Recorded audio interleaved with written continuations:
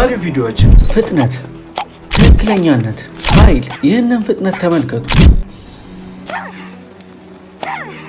ስሟ ኤቬኒካ ሳድቫካስ ይባላል። ገና 5 ዓመቷ ሳለች አንድ ዛፍ በፍጥነት ስትመታ የሚያሳይ ቪዲዮ በዓለም ላይ እሳት ለኮሰ።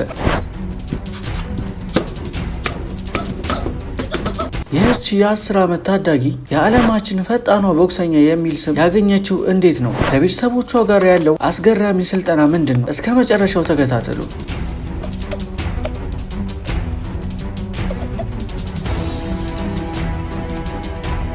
ይህ ፍጥነት ማሽንን ያስደምማል። ኤቬኒካ የተወለደችው በሩሲያ ሲሆን ከ6 እህትና ወንድሞቿ ጋር ነው ያደገችው። ሁሉም በቦክስ ፍቅር የተነደፉ ናቸው። የኤቬኒካ ቦክስ ጉዞ የጀመረው ገና የ3 ዓመት ልጅ እያለች ነው። ግን ዓለም ትኩረት የሰጠቻት በ5 ዓመቷ ነበር። በዩቱብ ላይ በተሰራጨው ዛፍ የምትመታ ልጅ በሚል ቪዲዮ።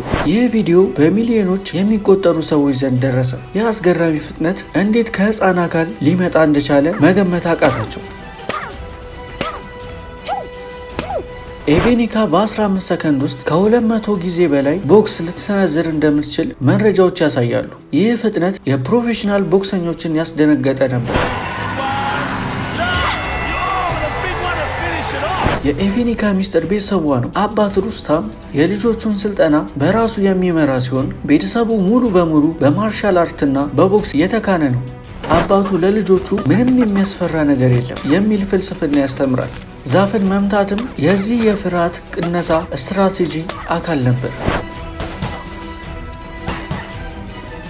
አባት ሩስታም ልጆችን እያስገደድኩ አይደለም በማለት ተቺዎችን ይመልሳል። ስልጠናው ሁሉ በልጆች ፍላጎትና ደስታ ላይ የተመሰረተ ነው ይላል። ኤቬኒካ ከታናሽ እህቶቿና ወንድሞቿ ጋር በፉክክር መንፈስ ታድጋለች። ሁሉም ልጆች በስልጠናው ተመሳሳይ ብቃትና ፍጥነት አሳይተዋል። የኤቬኒካ የረጅም ጊዜ እይታ የቦክስ ዓለምን በሙያዊ ደረጃ መቆጣጠር ነው። በ10 ዓመቷ ጠንካራ አካልና የማይታመን ፍጥነት አላት። ብዙ የቦክስ ባለሙያዎች የወደፊቷ ሻምፒዮን የሚል ስም ሰጥተዋታል። እንደ ታዋቂው ማክ ግሪጎር ያሉ ትልልቅ ሰዎች እንኳን በኤቬኒካ ተደንቀዋል። ኤቬኒካ በስልጠናው ውስጥ ምንም አይነት እረፍት አትፈልግም። የእሷ ትጋት ከአባቷ ስትራቴጂ ጋር ተደምሮ የቦክስ ታሪክን ለመቀየር መንገድ ከፍቷል። ኤቬኒካ ካሳ አድቫካስ የእውነት ጠንካራ ሴት ልጅ የት መድረስ እንደምትችል ያሳየች የአብነት ታሪክ ነች።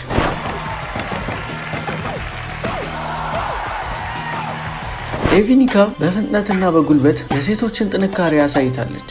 በእርሷ አስተያየት ኤቬኒካ የዓለም ሻምፒዮን መሆን ትችላለች? ኮመንት ላይ አስተያየቱን ያጋሩ። የእርሷ አስተያየት ምንድን ነው? ኤቬኒካ የዓለም ሻምፒዮን ትሆናለች? ከታች ኮመንት ላይ ያሳውቁ። ለተጨማሪ አስገራሚ ታሪኮች ሰብስክራይብ ማድረግ እንዳይረሱ። ቀጣዩ የእኛ አስገራሚ ልጅ ማየት ይፈልጋሉ? አሁኑኑ ይህን የደወል ምልክት ይንኩ። ትንሹ የዓለማችን ጁሊያኖ